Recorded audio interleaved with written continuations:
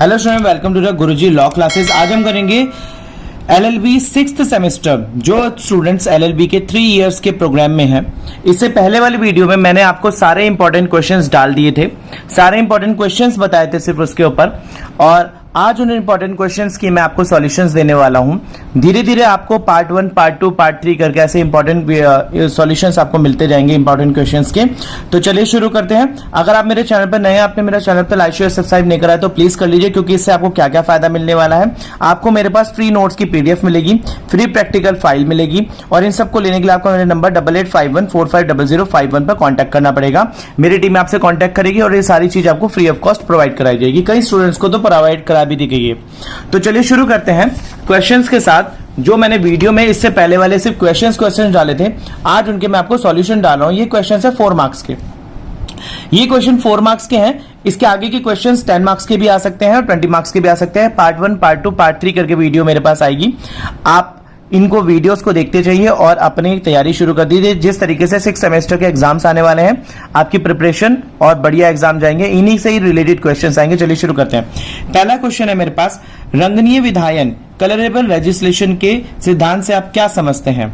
तो देखिए, जब व्यवस्थापिका यानी कि विधायिका शक्तियों का प्रयोग, जब व्यवस्थापिका जो भी होती है, जो विधायिका कानून बनाती है, वो विधायी शक्ति यानी कि कानूनी शक्तियों का प्रयोग करते हुए अपनी विधायी यानी कि कानून शक्ति की सीमा से बाहर कार्य करती है, तो इस प्रकार का अतिक्रमण यानी कि इन्वेडेशन, जो कि डायरेक्ट और इनडायरेक्ट दोनों तरीके से हो सकता है। कभी कभी ऐसा होता है कि यद्यपि विधायिका किसी कानून को बनाने में, यानी कि विधायिका का मतलब होता है जो कानून बनाती है, वो जब किसी कानून को बनाने में और ऊपरी तौर से अपनी शक्तियों के भीतर कार्य करती है, कानून को बनाने में अपनी शक्तियां यानी कि जो भी उसके एरियाज आते हैं उसी के अंदर कार्य करती है, तथापि सारता या वास्तव में यह संवैधानिक सीमाओं का अतिक्रमण करती है, यानी कि सर्वथा ये वास्तव में संवैधानिक सीमाओं का अतिक्रमण कर रही है, यानी कि जितनी भी संवैधानिक सीमा है उनका अतिक्रमण कर रही है, यानी कि उनको इन्वेडेशन कर रही है, उनसे बाहर कार्य कर रही है। इसके बाद अगला प्रश्न आता है, ये बहुत इंपॉर्टेंट है, वेरी इंपॉर्टेंट प्रश्न है। मैंने आपको इससे पहले वाली वीडियो में जो इंपॉर्टेंट क्वेश्चंस में दिखाया था उसमें से एक था ये सार और तत्व के सिद्धांत का सिद्धांत, यानी कि पिथ एंड सब्सटेंस। यदि किसी विधि का तत्व एवं सार किसी विशेष विधान मंडल के विधान के क्षेत्र में पड़ता है, देखिए किसी विधि का तत्व यानी कि सोर्स और सार एक्सप्लेनेशन किसी विशेष विधान मंडल के विधान के क्षेत्र में पड़ता है, यानी कि लॉ के अंडर पड़ता है, जिसके द्वारा वह निर्मित की गई हो, यानी कि जिस क्षेत्र के अंदर वो निर्मित की गई हो, तो ऐसी विधि की वैधता को चुनौती नहीं दी जा सकती, यानी कि जो भी कानून बना है उसकी वैलिडिटी पर कोई इसको चैलेंज नहीं कर सकता, भले ही वह अनुसंगिक रूप से किसी अन्य विधान, भले ही वह किसी अनुसंगिक का मतलब कि साथ के रूप में किसी अन्य विधानमंडल की विधान के क्षेत्र अधिकार के अंतर्गत भी शीर्षक पड़ते हैं, यानी कि जरूरी नहीं है जो तत्व और सार है, मतलब कि यानी कि जो हमने विधानमंडल के अंदर जो भी हमने बात कही है वो बात किसी अन्य विधानमंडल के अंदर ना आती हो, बिल्कुल आती होगी, पर इस वाले के अंदर भी अगर हमने किसी विधि के विधानमंडल के अंदर हमने इस वाले तत्व और सार का मतलब है कोई बात कही है, तो वो इसमें भी वैलिड होगी और वो क्लॉज यानी कि वो सब्सटेंस दूसरे उसमें विधानमंडल के अंदर भी वैलिड होगा। तो इस चीज को बोला जाता है तत्व एवं सार का सिद्धांत। चलिए अगले प्रश्न पढ़ते हैं। अगला प्रश्न आता है, सजातीय अर्थान्वयन यानी कि एजुस्कुलम जेनेसिस से आप क्या समझते हैं? देखिए, शब्द एजुस्डेम जेनेरिस का अर्थ है उसी प्रकार का, यानी कि सेम उसी तरीके से साधारणतः साधारण शब्दों को दूसरे शब्दों की भांति उनके प्राकृतिक अर्थ में समझना चाहिए, यानी कि देखिए जो साधारण शब्द हैं उनको दूसरे शब्दों की भांति उनके नेचुरल रूप में उनके समझना चाहिए, यानी कि उसी के तरीके से जब तक किसी संदर्भ में दूसरा अर्थ लेने को बाध्य न किया जाए। यानी कि देखिए, अगर मैं किसी बात को कह रहा हूं, यानी कि सपोज करिए अगर मैं किसी भी बात को कह रहा हूं और ये कोई क्लॉज है मेरा, मैं इस बात को कह रहा हूं, तो आप इसी से रिलेटेड वो बात कहेंगे जब तक कि उससे रिलेटेड कोई दूसरी बात बोलने के लिए ना बोला जाए, तो आप उससे रिलेटेड कोई दूसरी बात तब तक नहीं बोलेंगे जब तक कि उससे रिलेटेड किसी और बात को बोलने के लिए ना बोला जाए, जब तक किसी संदर्भ में दूसरा अर्थ लेने के बाद देना करें, मतलब कि किसी और दूसरा अर्थ लेने के लिए। परंतु जब एक साधारण शब्द का प्रयोग एक सुस्पष्ट कोटि के शब्दों में प्रश्न किया जाता है, यानी कि एक साधारण शब्द का प्रयोग एक सुस्पष्ट कोटि के मतलब कि नॉर्मल तरीके से उसको बताया जाता है, तो साधारण शब्दों को भी उस सुस्पष्ट कोटि के सीमित अर्थ में निर्वाचित किया जाता है। देखिए, जो साधारण शब्द होते हैं उसको सुस्पष्ट कोटि यानी कि सेम उसी तरीके से उसे सीमित में यानी उसे निर्वाचित किया जाता है, उसे बताया जाता है। साधारण शब्दों के पूर्ववर्ती विशिष्ट अभिव्यक्तियों से अपना अर्थ लेता है। देखिए जो साधारण शब्द होता है ना, वो पूर्ववर्ती विशिष्ट अभिव्यक्तियों से यानी कि जो मेन अभिव्यक्तियां होती हैं उनसे अपना अर्थ ले लेता है। क्योंकि विधायिका ने एक सुस्पष्ट कोटि को विशिष्ट शब्दों द्वारा ऐसा करने के लिए अपना आशय स्पष्ट किया, यानी कि विधायिका ने एक सुस्पष्ट कोटि यानी कि बिल्कुल एक सुस्पष्ट कोटि का मतलब होता है कि बिल्कुल सिंगल, मतलब कि एक सही बात को करने के लिए बोला गया है कि आप इसको सिंपल लैंग्वेज में करके बताएं कि क्या होता है। इसे बोला जाता है सजातीय अर्थान्वयन का सिद्धांत। इसी के साथ ही अगला प्रश्न पढ़ते हैं।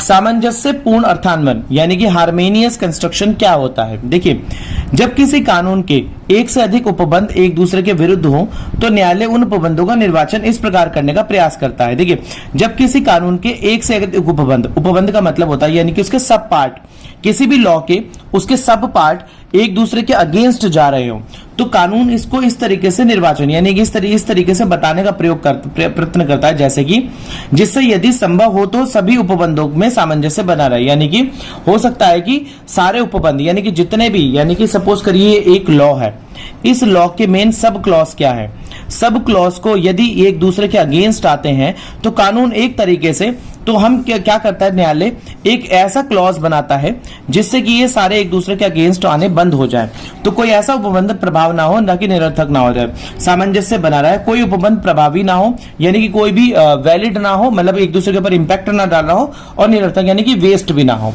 इसी के साथ ही अगला प्रश्न आता है, ये बहुत इंपॉर्टेंट प्रश्न है, वेरी इंपॉर्टेंट। कानूनों की व्याख्या स्वर्णिम नियम किसे कहते हैं, यानी कि गोल्डन रूल। देखिए, समानता न्यायालय विधायिका का आशय कानून में उसे द्वारा प्रयोग किए गए एक ही शब्द से या शब्दों के प्राकृतिक अभिप्राय के आधार पर ज्ञात करेगा। देखिए, जो कानून के अंदर होता है ना, समानता न्यायालय विधायिका का आशय यानी कि न्यायालय विधायिका यानी जो भी कानून हो ना विधायिका, उसका उद्देश्य होता है कि जितने भी शब्द प्रयोग करे गए हैं उनका प्राकृतिक अभिप्राय आधार के में नेचुरल तरीके से उनका मीनिंग निकाला जा सके। परंतु ऐसा करने पर यदि कोई निरर्थकता असंगत, यानी कि अगर ऐसा करने पर कोई निरर्थक असंगत या अन्यास या अस्पष्टता होती है तो अभिप्राय को केवल इतना ही रूपांतरित कर दिया जाएगा जितने इसे परिणाम को रोका जा सके। देखिए, तो उसको उतना ही एक्सप्लेन करा जाता है जिससे कि उसके आने वाले रिजल्ट को रोका जा सके। इसे बोला जाता है गोल्डन रूल। अगला प्रश्न मेरे पास आता है जो कि बहुत इंपॉर्टेंट है, वेरी इंपॉर्टेंट। यह आता है, परंतु प्रोविजो की व्याख्या के बारे में सामान्य नियम क्या है? परंतु प्रोविजो किन उद्देश्यों को पूरा करता है? देखिए, परंतु यानी कि इंग्लिश में से बोला जाता है प्रोविजो, इसकी व्याख्या क्या है? और परंतु जो होता है किन उद्देश्यों को पूरा करता है? चलिए पढ़ते हैं इसको। परंतु धारा का एक भाग होता है। परंतु क्या होता है? एक क्लॉज होता है, यानी कि जो भी हमारा सेक्शन होता है उसका एक पार्ट होता है। कौन? परंतु। ठीक है, इसे धारा के अलग नहीं किया जा सकता। यह धारा को नष्ट भी नहीं करता बल्कि धारा में शर्त लगा देता है, ये टर्म्स एंड कंडीशन लगा देता है किसी सेक्शन के अंदर। यदि धारा और परंतु में संघर्ष होता है तो परंतु को छोड़ा जा सकता है। देखिए, यदि सेक्शन और प्रोविजो के अंदर कोई लड़ाई होती है तो परंतु को हम छोड़ सकते हैं। वह मुख्यतः अधिनियमित से कुछ विषयों को अपवाद बनाए या विशेषित करे। देखिए, वह मुख्यतः क्या करती है? कुछ विषयों को अपवाद बनाती है या विशेष करती है। वह अधिनियमितों को यानी कि जो भी नियमित है, जो भी अधिनियम है, उनको व्यवहारिक बनाने के लिए कुछ अज्ञापक दशाओं के पूर्ण किए जाने पर जोर देता है। देखिए, वो क्या करता है? उनको व्यवहारिक बनाने के लिए कुछ अज्ञापक दशाओं को पूर्ण किए जाने पर उन पर जोर देता है। अधिनियमितों की धारणा यह आशय को संपूर्णतः परिवर्तित करती है। जितनी भी अधिनियमितों की धारणा होती है या उसका आशय होता है, यानी कि जो उससे एक्सपेक्टेशन है उसको पूर्णतः परिवर्तित कर देता है। यह अधिनियम यानी कि जो भी सेक्शंस है, यहाँ अधिनियम का मतलब होता है सेक्शंस, जो भी अधिनियम में इस प्रकार का शामिल हो जाता है कि एक आवश्यक भाग बन जाए। जो परंतु होता है वो अधिनियम में इस प्रकार शामिल होता है कि उसका एक मेन भाग बन जाए। इस प्रकार स्वयं अधिष्ठ अधिनियम का भाव रखने पर रंग प्राप्त कर लेता है, यानी कि जैसा अधिनियम होता है सेक्शन, उसी तरीके से ये परंतु बन जाता है। वह अधिनियमित के केवल एक वैकल्पिक परिशिष्ट की तरह कार्य करता है। देखिए, वो क्या करता है? जो सेक्शन का एक ऑप्शन की तरह से काम करता है। यानी वैकल्पिक परिशिष्ट का मतलब वो एक ऑप्शन की तरह काम करेगा, जिसके कार्य करे, जिसके केवल उद्देश्य कानूनी उपबंध के वास्तविक आशय को स्पष्ट करना है। यानी कि जिसका उद्देश्य मेन कानूनी उपबंध होता है, जो भी कानून का उपबंध होता है उसका मेन एम क्या है उसको एक्सप्लेन करना होता है। चलिए अगला प्रश्न पढ़ते हैं। अगला प्रश्न है जूरे नेचुरे सुस्ट इक्चुएलबिया, यानी कि जिसे इंग्लिश में बोल रहा था जूरे नेचर सुस्ट इक्चुएलबिया से आप क्या समझते हैं? देखिए इसको बोला जाएगा जूरे नेचुरे सुस्ट इक्यूचेब्लियस चेब्लिसा, इसको ये बोला जाएगा। आगे बोला जाएगा जूरे नेचुरे सुस्ट इक्यूबिलिसा का इसका अभिप्राय है नैसर्गिक विधि अथवा अपरिवर्तनीय, यानी कि जो भी विधि है उसको हम परिवर्तन नहीं कर सके, इसको हम परिवर्तन नहीं कर सकते। आरंभ में यह धारणा किसी कोई व्यक्ति संविधि से जो प्राकृतिक सामान्य, देखिए आरंभ में जो धारणा है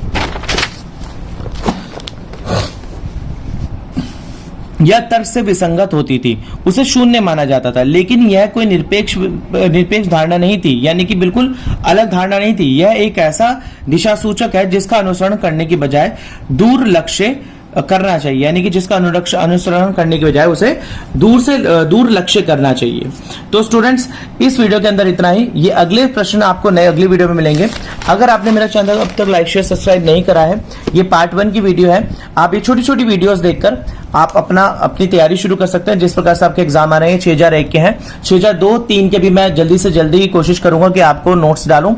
और जो स्टूडेंट्स कमेंट्स कर रहे हैं कि सर आपकी स्पेलिंग गलत आ रही है, आप गलत पढ़ा रहे हैं, तो प्लीज मैं उनसे रिक्वेस्ट करता हूं कि देखिए मेरे को अपने ऑफलाइन क्लासेस के बाद रात को 9 बजे के बाद मेरी ऑफलाइन क्लासेस खत्म होती हैं, उसके बाद मैं नोट्स बनवाकर आपके लिए प्रस्तुत करता हूं। बाई चांस कभी मेरे को, क्योंकि रात बहुत ज्यादा हो जाती है, मेरा जो बॉडी होती है वो साथ नहीं दे रही होती है, उस टाइम पर कोई अगर बाई चांस स्पेलिंग मिस्टेक्स वगैरह हो जाती हैं तो मैं आपसे माफी मांगता हूं। क्योंकि ये काम हो रहा है, जो भी काम हो रहा है आपके फायदे के लिए हो रहा है। इसमें मैं आप चाहता हूं कि आपको ज्यादा से ज्यादा नोट्स मिल सके, ज्यादा से ज्यादा कंटेंट मिल सके। तो प्लीज आप क्रिटिसाइज करने के साथ साथ प्रेज भी करें कि आपको ये चीज मैं प्रोवाइड करा रहा हूं। तो मैं आपका बहुत बहुत आभारी हूं उन स्टूडेंट्स का जिन्होंने मेरे चैनल को लाइक शेयर एंड सब्सक्राइब करा है। तो मिलते हैं अगली वीडियो में कुछ नए क्वेश्चंस के साथ। इजाजत दीजिए, तब तक के लिए धन्यवाद।